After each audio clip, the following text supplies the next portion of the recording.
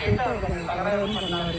திருப்புவனத்துல ஏற்பட்ட அஜித்குமாரோட கஸ்டோடியல் டெத்துக்கு காரணமா இருக்கக்கூடிய நிகிதா அப்படின்றவங்க அன்னைக்கு சம்பவத்துல என்னெல்லாம் நடந்திருக்கு அப்படின்றத தன்னோட தரப்புல இருந்து ஒரு வீடியோவா வெளியிட்டிருக்காங்க.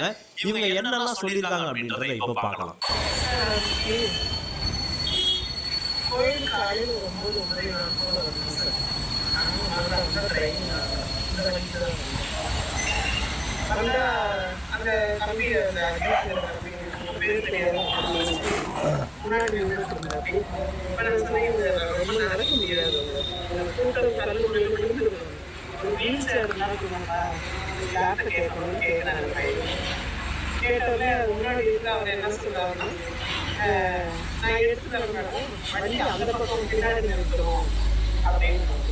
நான் இவங்களை பாதுகாப்பு பண்ணிட்டு அப்புறம் போய் நிறுத்தி தரேன், இப்போ விட்டுட்டு போக முடியாது, அது நடக்கவும் முடியாது. அந்த பையன் உள்ள ஓடி போய் கிழிச்சாடி எடுத்து தராங்க. எடுத்துட்டு தான் அம்மா அந்த ரேம்ப்ல என்னால் முன்னாடி நுழைவாயிருக்கும் அறிவியலாக இருக்கு, என்னால் தள்ள முடியல, சமதளத்தில் தான் தள்ளி இருக்கும். அந்த தம்பி அம்மாவை தள்ளி அந்த உள்ள வளர்ந்துட்டு ஒரு குட்டி விநாயகர் கோயில் இருக்கு அங்கே கோயிலுக்குள்ள அங்கே நிப்பாட்டி வச்சுருந்தாரு. நான் அம்மாட்டு சொல்றேன், எதிரமான தேங்காய் பழம் நான் வாங்கிட்டு வந்துடுறேன், வண்டியும் நிறுத்திட்டு வந்துடுறேன், எங்க வாசல் முன்னாடியும் நிறுத்தி. அந்த பையன் வந்துட்டு இல்லை மேடம் சாவி கொடுங்க நான் போய் நிறுத்திட்டு வந்துடுறேன் சொல்றேன். அப்படி எனக்கு வண்டியில் என்ன இருக்கு என்ன எடுத்தோம்னு சரி தேங்காய் வாங்குறோம், அது காசு வேணும், கரெக்டாக உண்டியில் போட காசு வேணும். அப்போ என்னோட ஹேண்ட்பேக் எடுத்துக்கிறேன். இவங்களோட ஹேண்ட்பேக் சீட்ல இருக்கு. எப்படின்னா ஒரு கட்டப்பையில கீழே பேக் வச்சிருக்காங்க, மேலே இவங்களோட தூய்மணி. அன்னைக்கு ஆக்சுவலாக ஹாஸ்பிட்டல் போகிறதான் கிளம்பி போனோம். இவங்களுக்கு தலையில் ஸ்கேன் எடுக்கணும், அடிக்கடி தலை சுற்றுதுன்னு சொல்லிட்டே இருக்காங்க. ஸ்கேன் எடுக்கணும் டாக்டர் சொல்லுங்க, ஸ்கல் ஸ்கேன். இவங்களா அது ரொம்ப மெடிக்கல் ட்ரீட்மெண்ட்னாலே பயந்து போகிறாங்க, ஸ்கேன் எடுத்தால் ஏதோ ஆயிடுவேன். நான் வந்து மனப்பாங்க ஆகாத வந்து கேட்டுட்டு அவங்க உத்தரவு கொடுத்தாதான் இருக்கிறேன்னு எங்கே போகிற வழின்னு சொல்கிறாங்க. ஸ்கேன் எடுக்கிறதுனால நான் வண்டி ஓட்டிகிட்டே சொல்கிறேன், நீங்கள் நகையெல்லாம் அந்த ஸ்கேன் சென்டரில் போய் கழட்டாதீங்க, ஒரு செயின் இந்த விலையில் இருக்கு அங்கே போய் கழட்டாதீங்க, காரில் இங்கேயே கழட்டி வச்சுட்டு பத்திரப்படுத்திட்டு போயிடலாம், நான் உங்களை பார்ப்பேன் அதை பத்திரப்படுத்திட்டு போயிடணும் கழட்டி வைக்கிறாங்க. வச்சு அந்த பேக் கீழே வச்சு மேலே துணிமணியெல்லாம் அடுக்கி வச்சுட்டு வச்சுட்டு அங்கே திருமணத்தில் இருந்தானே என்ன சொல்லிட்டாங்க, இல்லை நான் கோயிலுக்கு போயிட்டு வந்துடும் ஸ்கேன் எடுப்பேன் அப்படின்னு ஸ்கேன் சென்டருக்கு போகணும். சரி இவங்க போக்கிலே நம்ம போகணும்னு சொல்லி நான் வேறு லீவ் போட்டுருவோம் சார் நாளைக்கு. சரி எனக்கு வேறு கோயிலுக்கு அன்னைக்கு ட்ரெஸ்ஸுமே நாங்கள் ஹாஸ்பிட்டல் போகிறோம், ஒரு சாதாரண ஒரு வீட்டுக்கு போடுற ட்ரெஸ் மாதிரி ஒன்று போட்டு போடுறோம். கோயிலுக்கு வந்துட்டோம், அந்த தம்பி வீல் சேர் எடுத்துகிட்டு வந்து உட்கார வச்சுருக்காங்க.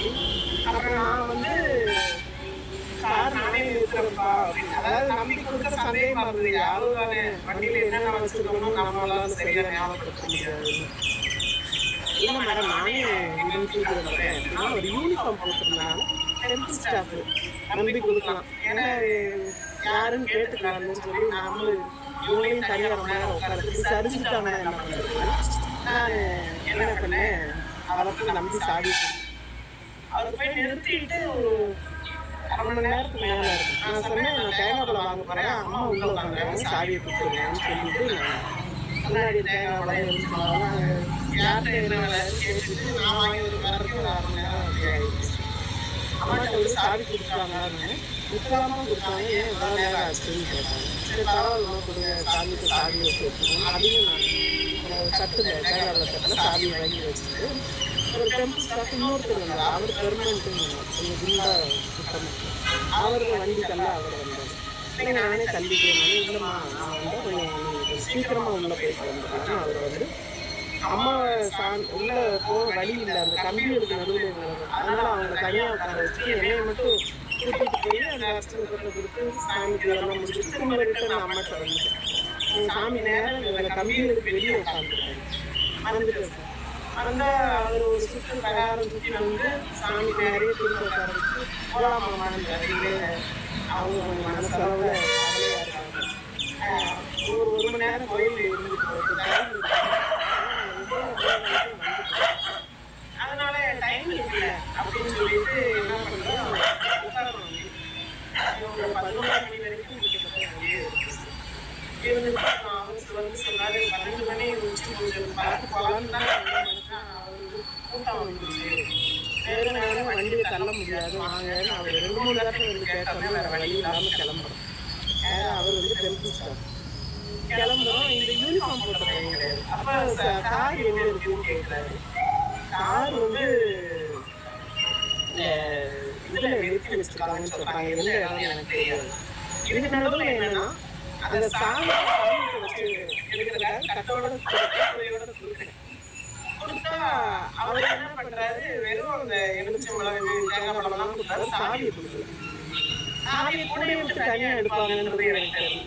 ஆனா இந்த 11 மணி இந்த டைம்ல கிளம்புறோம் பாருங்க, அப்பதான் பாக்குறேன் சாவியை காணோம். அப்ப அந்த அவர்கிட்ட சொல்றேன், இதுல இருந்து சாவியை காணோம், அந்த சாவியெல்லாம் கொடுத்தேன், நீங்க போய் கொஞ்சம் கேட்டு வாங்கிட்டாங்க. அவர் போய் கேட்டாரா, உடனே ஆமா இங்கதான் இருக்கு எடுத்து கொடுத்தாங்க.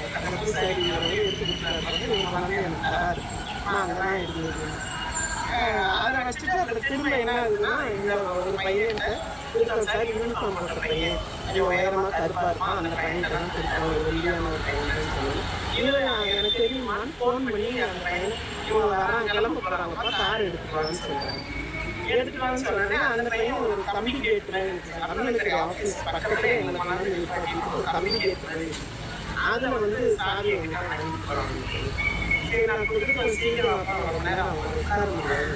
அதை கொண்டு போனோடனே அது வர்றதுக்கு கொஞ்சம் லேட் ஆகிடுச்சு. இவங்க பசிக்குதுனாங்க, அங்கேயும் எனக்கு காலையில் சாப்பிடாம எங்கேயும் நிப்பாட்டாம மறந்துட்டாங்க. புளியோதரை கோயிலுக்குள்ளே வாங்கி அவங்க வண்டி வரப்போ சாப்பிடுவாங்கன்னு சொல்லி சாப்பிட்டேன். அப்புறம் இவங்க லோ சுகர் பேசுகிறாரு, அந்த சாவியை கொடுத்து அந்த பையன் வந்து கொஞ்சம் லேட்டாக தான் கொண்டு வந்து இவர்த்தையும் கேட்குறேன், இன்னும் வராமல் இருக்காருன்னு. வந்துடுவாங்கன்னு ஃபோன் பண்ணிங்கன்னா அவர் திரும்ப